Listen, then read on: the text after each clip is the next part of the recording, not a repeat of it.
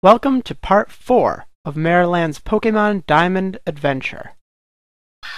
On the last episode, I caught myself a wild Shinx, battled some newbie trainers, tracked down some silly clowns, and then I battled Barry as I left Jubilife City.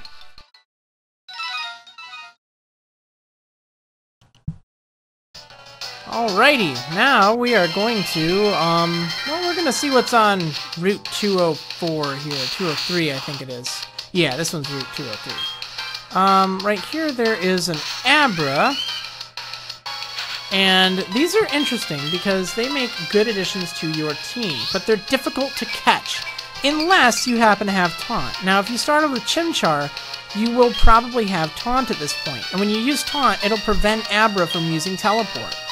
Now that makes it so much easier to catch because that's the only move it can use. If you don't have Chimchar, you're not going to have access to Taunt until a little bit later in the game. There is a TM for it, but, you know, by that point it won't be quite as relevant. Now, you know, Abra, it actually is a pretty good Pokemon if you can invest the time in training it up, because, again, it only knows Teleport. So your best bet is to go and give it a TM you can get in the trainer school. You can actually get TM10, Hidden Power, and when you use that, it does a random amount of damage and it's a fixed amount of base power for the attack, and it's a random type. And both of these two things are based off of the individual Pokemon itself. To be technical, it's based off of its IVs. But if you don't know what I'm talking about there, just think it's random per Pokemon. So you can end up with something pretty good, but most importantly, it's an actual attack that Abra can use. That's why it's so important. Now while I'm here, I'm going to catch a Starly too. It's a little less interesting to talk about. It's also a lot less rare, but I'm going to catch it nonetheless, because it is a great Pokemon, and everyone should have a Starly on their team at some point in their life. Excellent.